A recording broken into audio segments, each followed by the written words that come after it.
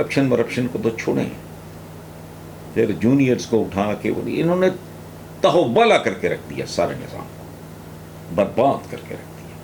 اور سندھ تو for all practical purposes راجواڑا. فیملی کے بارے میں کیا، ہم لوگ 3 شہروں سے جی مائیگریٹ کر کے آئے تھے، جالندھر، امرتسر، لدھیانہ. امرتسر کا جو چوک ہے میرے پرنانا کے نام پہ ہے. لاسٹ ٹائم جب میں گیا تھا تب تک تو تھا، مجھے نہیں پتا. فرید چوک. آخری سوال بہت ہی مختصر اور بہت ہی دلچسپ ہے. عبد الرحمان صاحب ہیں لاہور سے. بہت سادہ سوال ہے لیکن بہت بنیادی اور عمدہ سوال ہے، اور یہ ایک ایسا سوال ہے جس میں میں نے لکھا بھی بہت ہے.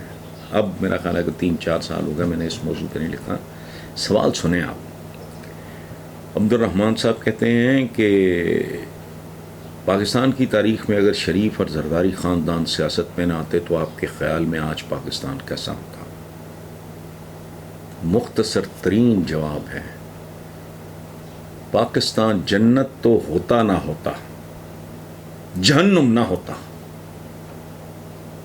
ان دونوں خاندانوں نے اس ملک کے ساتھ وہ کیا ہے جو بغداد کے ساتھ تاتاریوں اور منگولوں نے کیا تھا. انہوں نے اس ملک کا کلچر ہی بدل کے رکھ دیا.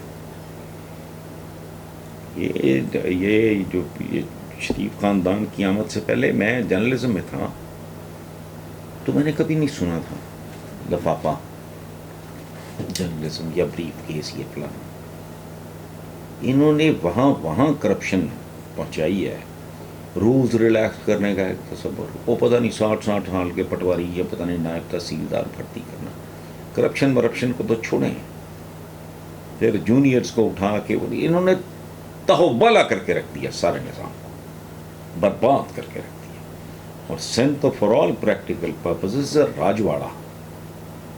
کراچی ہے، وہاں آپ جتنا مرضی الطاف حسین کے بارے میں جو مرضی کہیں، لیکن اس شخص نے یہ ایک بہت بڑا کام کیا کہ کراچی کو بالکل ایک راجواڑے میں سے نکال کے بالکل ایک علیحدہ اس کو شناخت دی، ایک علیحدہ اس کو کیریکٹر دیا.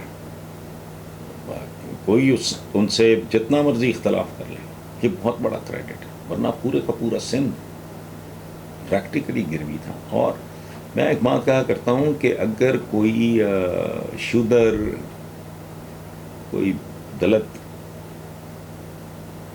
چھوڑ بھی دے اور اسلام قبول کر لے، لیکن صدیوں سے خون کا اثر اتنا ہوتا ہے اس کے اندر سے بت پرستی جاتی نہیں. اچھا بت وہ پوج نہیں سکتا تو وہ انسانوں کی پوجا شروع کر دیتا ہے.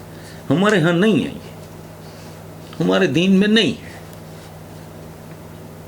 ورنہ اگر اسی طرح کی شخصیت پرستی کرنی ہوتی تو حضور کے بعد حضرت عمر بن خطاب جیسا جید اور عالی شان اور منصف مزاج اور کمال کا حکمران جرت ہی کسی کی کہ مجمع عام میں کہتا کہ تیرا کرتا بھائی کیویں بن گیا، تمہاری اتنی ہائٹ ہے اور جو بیت المال سے تقسیم ہوا ہے اس میں وہ آپ کی ہائٹ کے بندے کا تو کرتا بن نہیں سکتا.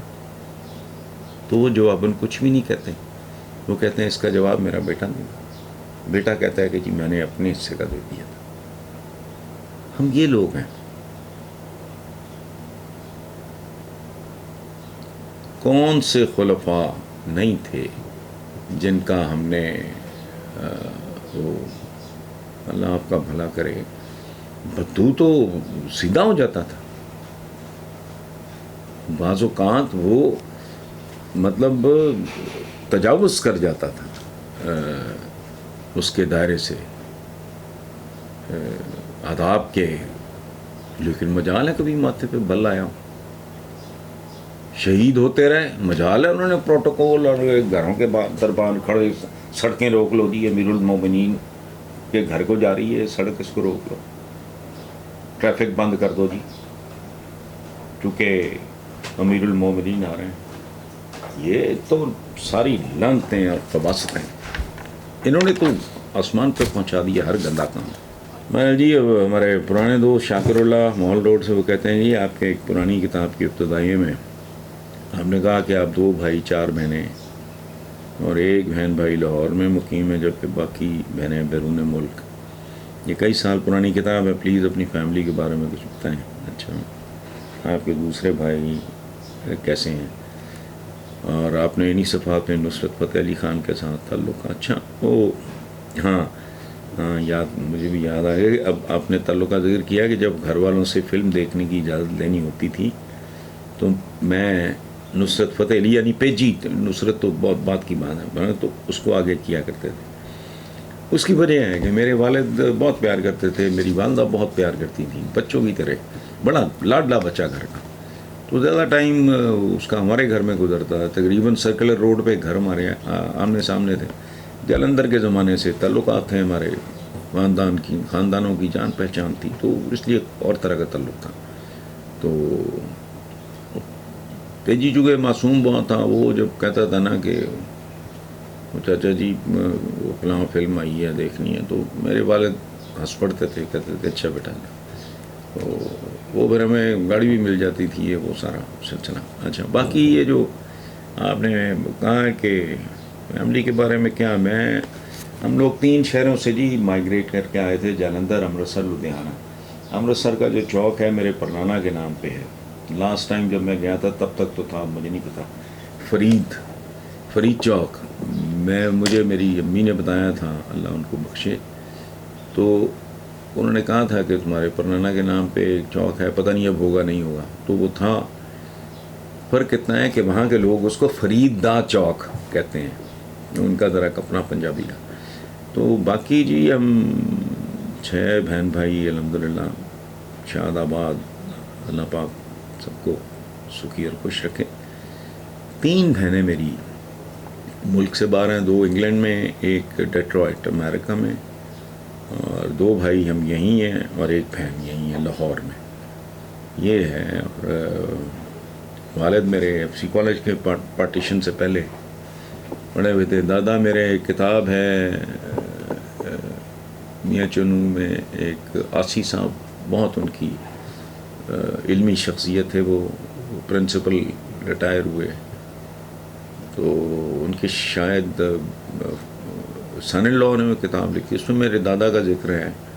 اس کا ایک حوالہ آپ سن لیں کہ وہ شیکسپیئر کے حافظ تھے، آپ اندازہ لگائیں۔ تو بس یہ ہمارا چھوٹا موٹا سا تعارف ہے، پڑھتا رہا میں، اکنامکس آ گیا میں جرنلزم میں، تو آپ کی مہربانی ہے، محبت ہے، آپ برداشت کرتے ہیں۔